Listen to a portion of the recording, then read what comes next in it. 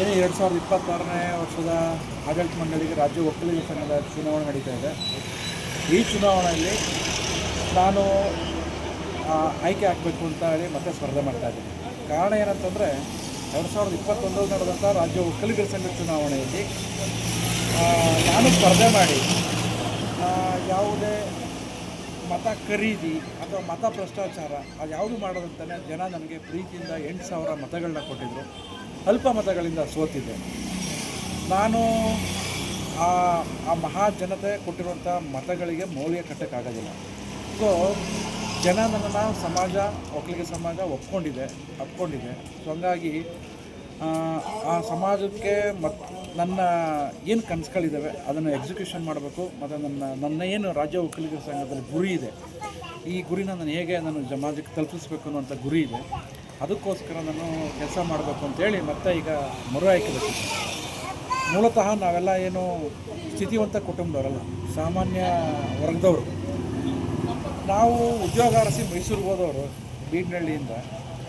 ಇವತ್ತಲ್ಲಿ ಬದುಕು ಕಟ್ಕೊಂಡು ಸಮಾಜದ ಸೇವೆ ಕೆಲಸ ಮಾಡಿಕೊಂಡು ಚುನಾವಣೆ ಎದುರಿಸ್ಬೇಕು ಅನ್ನುವಂಥದ್ದು ಇದು ಸುಲಭದ ಮಾತಲ್ಲ, ಅದು ತುಂಬ ಕಷ್ಟಕರವಾದದ್ದು. ಅದರ ನಡುವೆ ನಾನು ಶ್ರೀಮಂತನೋ ಬಡವನೋ ಅಥವಾ ಏನು ಅಂತ ವಿಚಾರ ಮಾಡದಂತೆ, ಅದನ್ನು ಪ್ರಶ್ನೆ ಮಾಡದಂತೆ ಜನ ನನ್ನ ತುಂಬ ಪ್ರೀತಿಯಿಂದ ಬೆಂಬಲಿಸಿದ್ದಾರೆ. ಹೀಗಾಗಿ ನಮ್ಮ 2021ರ ಚುನಾವಣೆಯಲ್ಲಿ ಯಾರೆಲ್ಲ ನನಗೆ ಆಶೀರ್ವಾದ ಮಾಡಿದ್ರು ಅವ್ರಿಗೆಲ್ಲರಿಗೂ ನಾನು ಸದಾ ಋಣಿಯಾಗಿರ್ತೀನಿ. ಮತ್ತು ನಾನು ತುಂಬ ನಮಸ್ಕಾರ ಮಾಡ್ತೀನಿ ಅವರಿಗೆಲ್ಲ.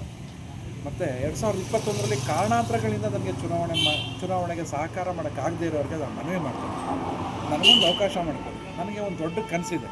ರಾಜ್ಯ ಒಕ್ಕಲಿಗರ ಸಂಘ ಜಿಲ್ಲಾವಾರು ಪ್ರಾತಿನಿಧ್ಯಗಳನ್ನ ಈಗ ಕೊಡಬೇಕು. ಮೈಸೂರು ಜಿಲ್ಲೆಗೆ ಹೇಗೆ ಆಸ್ಪತ್ರೆ, ಶಾಲಾ ಕಾಲೇಜುಗಳನ್ನ ತಂದು ಅದು ಒಂದು ಆಲದ ರೀತಿ ಗಟ್ಟಿಯಾಗಬೇಕು ಅನ್ನೋದು ನನ್ನ ಬಯಕೆ.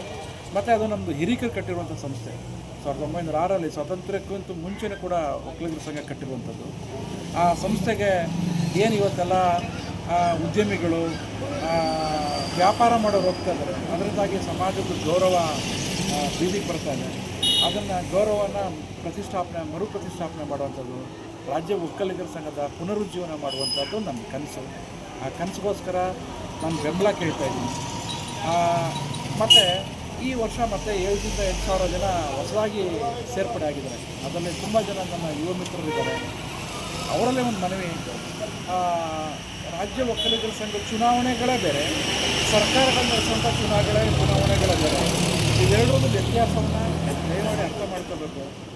ಇಲ್ಲಿ ಮತ ಭ್ರಷ್ಟಾಚಾರ ಮಾಡಿ ಚುನಾವಣೆ ಎದುರಿಸೋರು ಅಲ್ಲೂ ಕೂಡ ಸಂಘದಲ್ಲೂ ಕೂಡ ಭ್ರಷ್ಟಾಚಾರ ಮಾಡೋಕ್ಕೆ ಹೋಗಿರ್ತಾರೆ. ಸೊ ಇವೆರಡರ ನಡುವೆ ಇರುವಂತಕ್ಕಂಥ ಭಿನ್ನತೆಯನ್ನು ನೀವು ಅರ್ಥ ಮಾಡಿಕೊಂಡು ಈ ಚುನಾವಣೆ ವ್ಯವಸ್ಥೆಯನ್ನು ಸರಿ ಮಾಡಬೇಕು.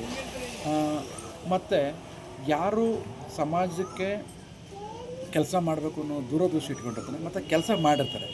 ನಾನು ಇವತ್ತು 2021 ಚುನಾವಣೆ ಎದುರಿಸೋಕ್ಕೆ ನಾನು ದಿಢೀರಂತ ಏನೋ ಬಂದವನಲ್ಲ. ಚುನಾವಣೆ ಸತತವಾಗಿ 2015ರಿಂದ ಸಮಾಜದ ಕೆಲಸಗಳು, ಹೋರಾಟಗಳು, ಸಂಘಟನೆಗಳು, ಕಾರ್ಯಕ್ರಮಗಳನ್ನ ಮಾಡಿ ಅದರ ಅನುಷ್ಠಾನ ತಂದುಕೊಂಡು ನಾವು ಚುನಾವಣೆ ಮಾಡ್ತಾ ಇರೋದು.